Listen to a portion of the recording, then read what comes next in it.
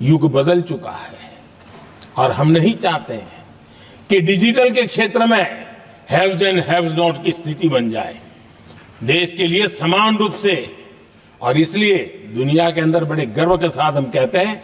कि भारत का जो डिजिटल इंडिया की जो सक्सेस स्टोरी है उसका एक कारण है हमने टेक्नोलॉजी को डेमोक्रेटाइज करने का प्रयास किया है और उसी का भाग है ये हमारे संविधान निर्माताओं ने हमें दिशा दिखाई है कि हमने ऑप्टिकल फाइबर हिंदुस्तान की हर पंचायतों तक ले जाने का प्रयास किया है ताकि भारत की एकता को मजबूती देने में हमें ताकत मिले। आदरणीय सभापति जी, हमारा संविधान की अपेक्षा है एकता की और इसी को ध्यान में रखते हुए हमने मातृभाषा के महात्म्य को स्वीकारा है। मातृभाषा को दबा करके हम देश के जनमानस को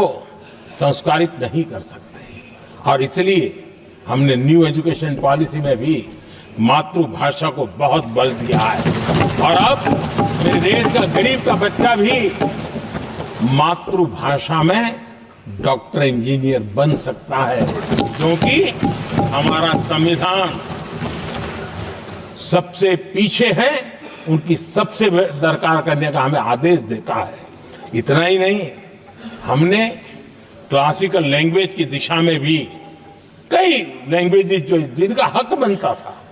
उनको हमने उस स्थान पर रख करके हमने उनका सम्मान किया था। देश भर में एक भारत श्रेष्ठ भारत का अभियान देश के एकता को मजबूत और नई पीढ़ी को